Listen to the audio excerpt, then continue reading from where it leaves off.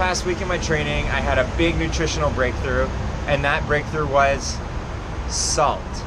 So now I know what you're thinking. What sort of idiot doesn't know that salt intake is really important for any sort of endurance performance in sport? Well, I was one of those people.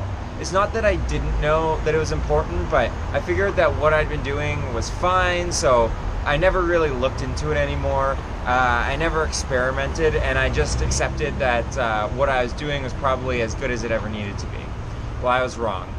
So after Ironman Mont Tremblant, when everything kind of came crashing down on me on the run, I decided that I needed to look a little bit deeper into what it is that I'm doing, both training-wise, nutritionally, to make sure that I'm dotting all those I's, crossing all those T's, to make sure that I have the best chance to perform come time for Louisville. So one of the things I realized at Ironman Mont Tremblant is it's the first Ironman race that I've done in a while where they didn't have Gatorade Endurance. It was just normal Gatorade. So the big difference between normal Gatorade and Gatorade Endurance is the sodium content.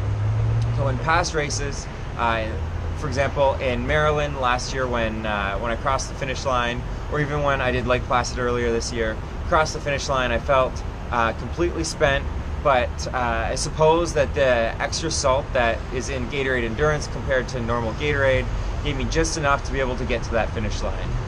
Whereas when I was in Tremblant, since I didn't supplement with any sort of sodium, I just didn't have enough in the tank, and things really unraveled for me. So I decided on, during my long ride this past weekend, that I was gonna experiment with the very first time for salt pills and monitor my salt intake. So when I was on the bike, I took a salt pill every 30 minutes while I was on the bike, and I felt remarkably better. The workout felt easier, I felt stronger, my heart rate was lower. So as an example, the workout was 6 times 23-minute intervals, and then it finishes with a 70-minute interval.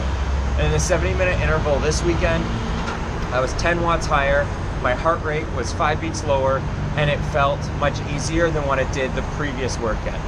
Really, the only big difference between my training week, between my nutrition, was supplementing with that salt. Also, when I finished, I didn't feel nearly as drained. So usually when I do longer, harder workouts, I feel like literally everything has been drained out of my pores. I just felt really weak. Sometimes I'd have headaches, there'd be a little bit of dizziness, sometimes my vision would be a little bit blurry. I always, in the past, just attributed that to the fact that triathlon training, Ironman training, it's hard. It's meant to be hard. You're really pushing your body, and I just accepted that that's just the way it is, and I never investigated it further. So I'd say the big takeaway for everybody else, that just because you're doing something one way and it appears to be working, doesn't mean it's optimal for you. Over the past 5 years, I've been progressing. I've been able to get better. I've had pretty good results, both as an age grouper and then earlier this year in my first year as a professional. But that doesn't mean that what I was doing was optimal for me. And because what I was doing I figured wasn't broke, then there's no reason to fix it. Well, in Tremblant, it broke, and fixing it's something that I needed to do.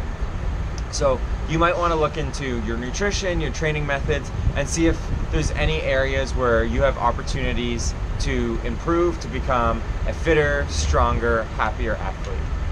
Thanks a lot for watching this week's video. If you like what you see, please click the subscribe button down below. And until next time, happy training. Oh, this you crazy mother.